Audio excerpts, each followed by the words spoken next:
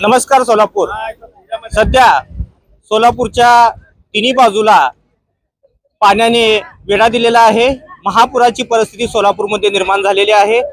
सोलापूर पुणे महामार्ग असेल, सोलापूर कोल्हापूर महामार्ग, सोलापूर विजयपूर महामार्ग असेल, या तिन्ही मार्गावरती जे ब्रिज आहेत, जे गाव आहेत, त्या ठिकाणच्या ज्या नद्या आहेत त्या ओसांडून वाहत आहेत, आपले पात्र सोडून वाहत आहेत। त्यामुळे आजूबाजूच्या गावामध्ये अत्यंत पुराची परिस्थिती निर्माण झालेली आहे। आपण तिरे या ठिकाणी आहोत।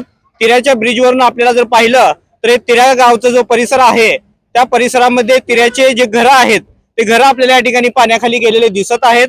त्याच तरटगाव असेल, शिंगोले असेल, शिवणी असेल, हे गाव या सध्या पाण्याखाली आहेत।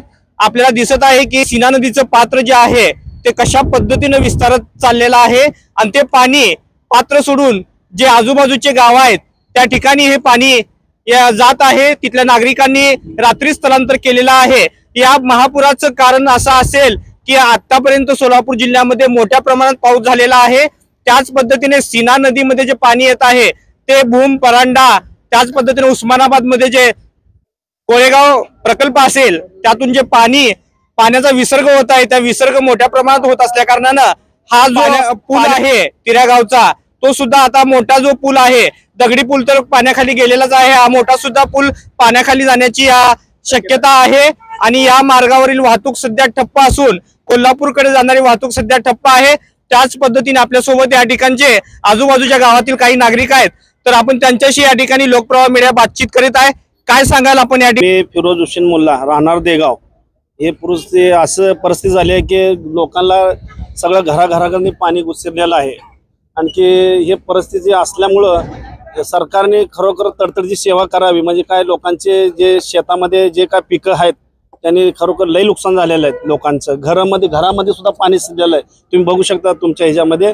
तर आमची एक असं विनंती आहे सरकारला की तडतडी पंचनामा करून लोकांना मदतीचा हात ह्याकडे हे करावे। आज सकाळपासूनच मुख्यमंत्री आणि उपमुख्यमंत्री सोलापूरच्या दौऱ्यावर आहेत, त्यांच्याकडनं काय अपेक्षा आहे तुमची? अपेक्षा काय, लोकांचे जे नुकसान झाले त्यांनी द्यावी असं आमची नम्र विनंती आहे त्यांना। का तुम्ही हे पहिल्यांदा आमच्या आयुष्यात पहिल्यांदा आलं असं पूर।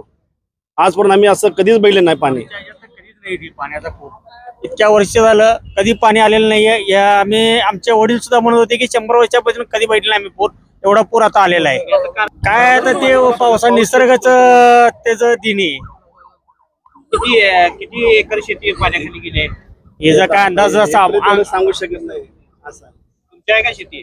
आमची आहे की तिकडे खाली, आमची आहे 5 एकर आहे पात्रीला। पाण्यात सगळं पाण्यात उडीद आणखी तुरी होती। किती नुकसान झाले? सगळं 5 एकर सगळं पाण्यातच साहेब। आता सगळं आता नुकसान कमी तुम्ही सांगू शकता 2-2.5 लाख तर धरण चाला ना असं आहे।